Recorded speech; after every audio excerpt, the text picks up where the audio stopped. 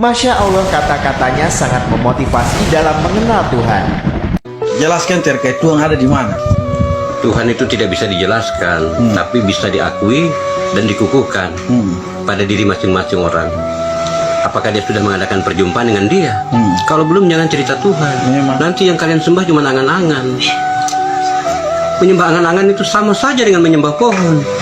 Nggak usah bercerita tentang Tuhan, tapi lihatlah karya Tuhan buat umat manusia dan makhluk-makhluknya yang ada di muka bumi. Itu saja.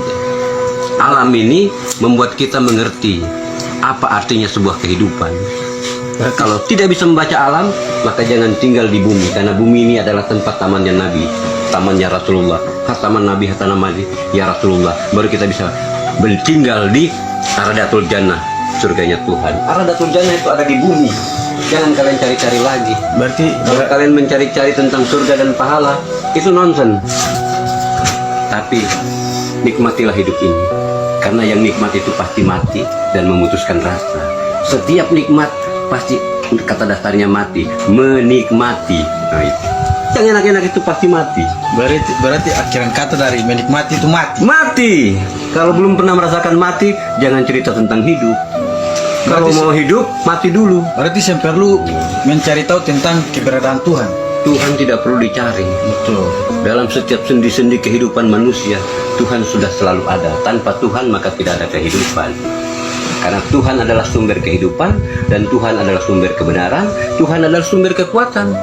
Tanpa Tuhan tidak ada kekuatan. Seluruh nabi-nabi juga punya kekuatan dari Tuhan. Kalau hei Musa, belahkan tongkatmu ke laut itu, maka laut itu akan terbelah. Bukan tongkat Musanya, tapi kuasa Tuhannya.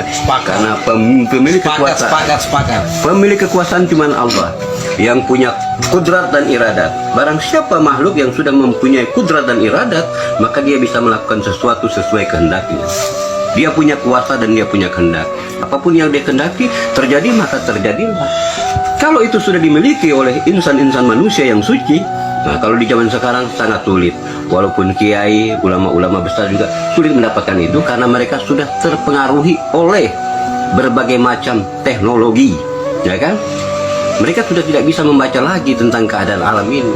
Kalau dulu tanpa teknologi, bintang sudah menjadi mata pelajaran buat mereka. Pasang surutnya air laut sudah bisa menentukan panas teriknya musim hujan atau segala macam. Itu bisa ditentukan dari pasang surutnya air laut. Tidak perlu lagi mereka membuka aritmatika atau fisika segala macam. Kepastian ada dalam dirinya dan Tuhan. Siapa yang mengenal Tuhan, maka dia akan memiliki kepastian hidupnya. Tanpa mengenal Tuhan, tidak akan pernah. Dan Tuhan itu siapa sebenarnya?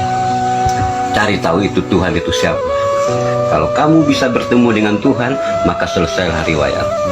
Tidak ada lagi kitab-kitab yang akan dimunculkan dalam dirimu, karena kitab yang asli adalah dirimu sendiri. Itu adalah kitabmu. Nafsi-nafsi